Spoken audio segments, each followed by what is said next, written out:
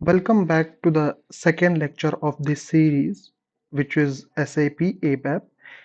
Till now, we have discussed what is ERP, how is SAP related to that, some wonderful features of SAP, and this its architecture. So we have discussed these topics earlier also, and SAP NetWeaver as well. So, proceeding further, we will start a new topic, ABAP. ABAP is the core of SAP. So, what is ABAP? ABAP is a programming language. It's SAP's own programming language. Okay. Every possible screen that you will see in the SAP system is written in the ABAP itself. Okay. So, what does ABAP means? It stands for Advanced Business Application Programming. So, many of you might be thinking Advanced Business Application since there are already softwares available for dedicated functionalities in SAP, why is even a programming language needed? That's a genuine question as well. So, the reason behind that is all of you might agree with the fact that not all the functionalities, not all the issues can be tackled using a software. Okay, not every functionality can be integrated in a software. All of you might agree with that as well. So, this is the business nature. We come up with the different issues every day. We come up with the new features every day. We need to build something new out of the existing system as well. That is the general behavior of the market. So, why is ABAP needed? ABAP is needed to write the business logic, the custom logic to build those reports that you might need in the future, those custom reports. You might need some interfaces. You might need some forms, which are also called smart forms. So to handle these issues, there is a dedicated language introduced by SAP, that is ABAP. Okay, so since as I already discussed, there are three layers in the SAP architecture. In application layer, this ABAP programming language is written. The business logic is written in the application layer. So only there its logic is written. Okay. Also, you might be familiar with the term that is really uh, popular in the programming domain, that is object oriented programming. We, with the help of some classes and some objects, some interfaces and abstract classes, we we tackle some issues, we identify some issues, and we can build proper functionalities using this programming paradigm, which is object oriented programming paradigm. So ABAP support this as well. Okay. So now let's move on to ABAP architecture. So as we have seen SAP architecture, the overall system architecture, now we will see ABAP architecture. So as I told you earlier, ABAP programming is logic is written on application layer.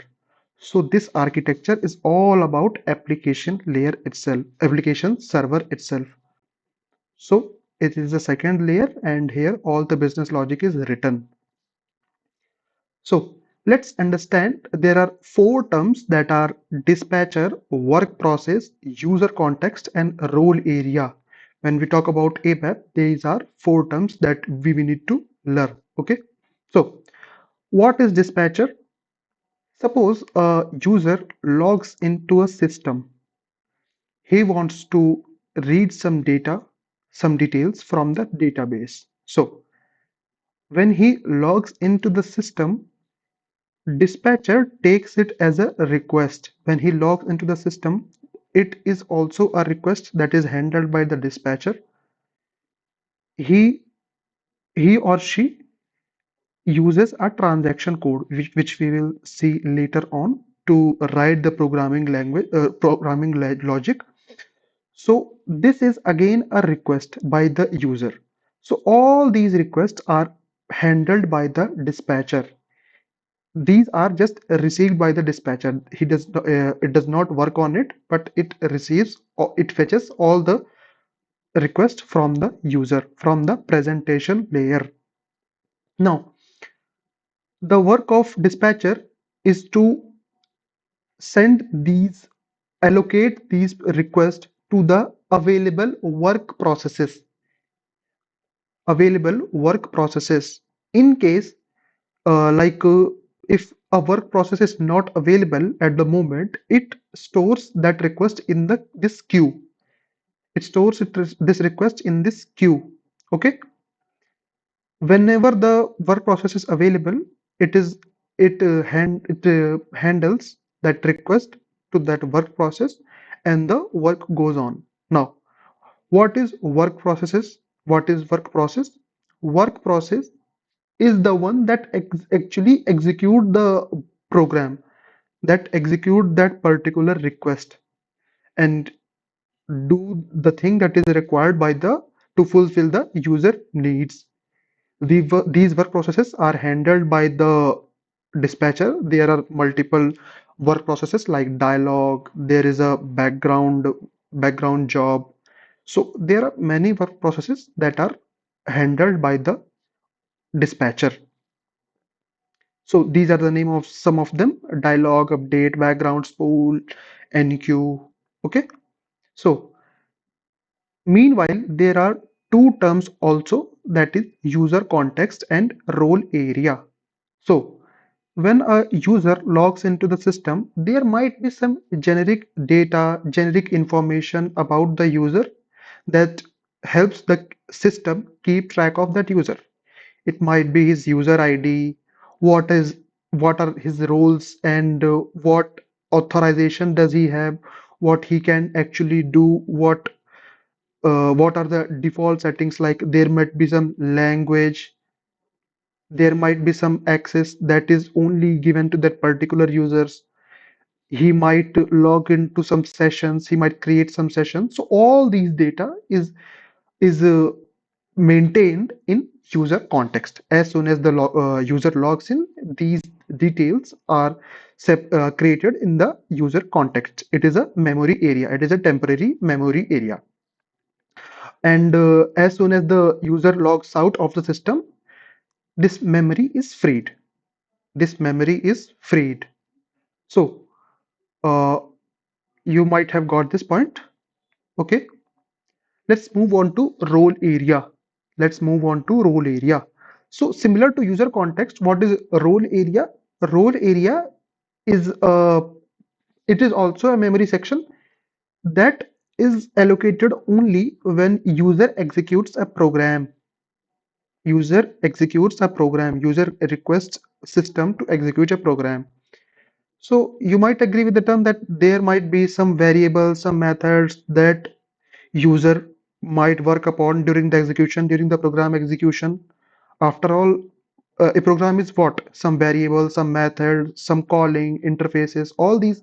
So the information about these variables and methods, these data is stored in a temporary memory area, that is role area. Again, just like user context, when the user performs that program, this the when user executes that program, again the role area is freed. Again, the role areas it freed. So we will now see all these four, like dispatcher, work process, user context, and role area by an example. By an example. So let's consider a situation where a user logs in through SAP GUI. User logs in through SAP GUI.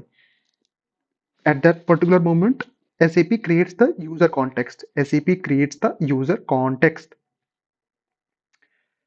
Suppose the user requests like he works on a T code that is MM60, material master data. He wants to fetch some information from the system. He writes a T code, he writes some program. Then what does it do? At the time the session is created, a role area is allocated. He writes a program and all the variables, all the functions are stored in that role area. As soon as user logs in, at the same time, this is a request as well. Logging into the system is a request as well. So at the same time, dispatcher starts working. It allocates the request to the work process. At the same time, user context is created. At the same time, when it starts writing a program, at the same time, a role area is created as well. So the dispatcher allocates if there are work processes available in the queue in the application server, dispatcher allocates that particular request, login request to the work process, available work process, and if the it is free, it will receive that request and start working on it. Work process does its work, like it perform all the necessary actions.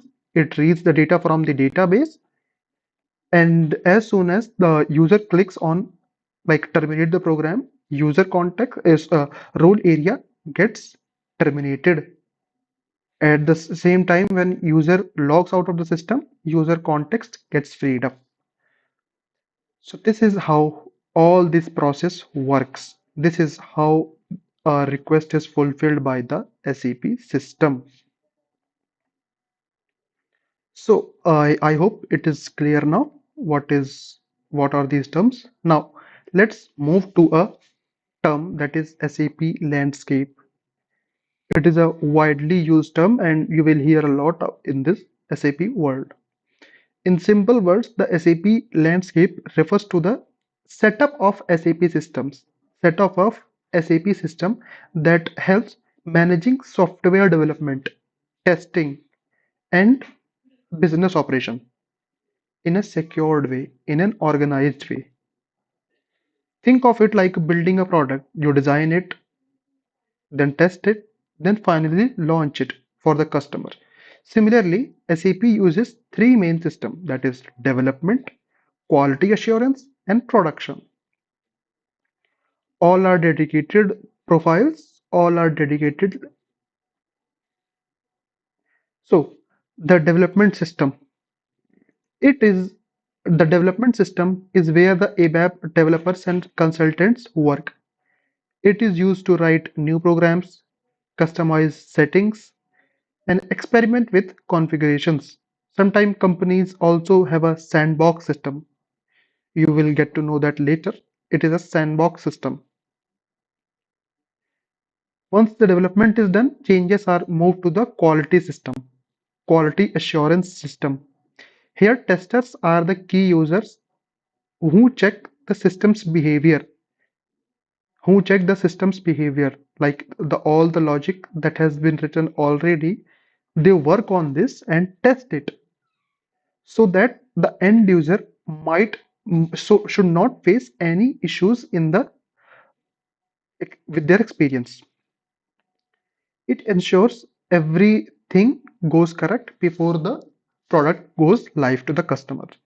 So finally, after all this hard work, we have a production system. Production system. This is the real deal. Like live transactions happen here. Real-time data is processed. Business user operate on it every single day. So that's why this system is needed to be kept very stable and very secure. So this is the system, SAP system landscape. This is how a product is built in SAP using SAP.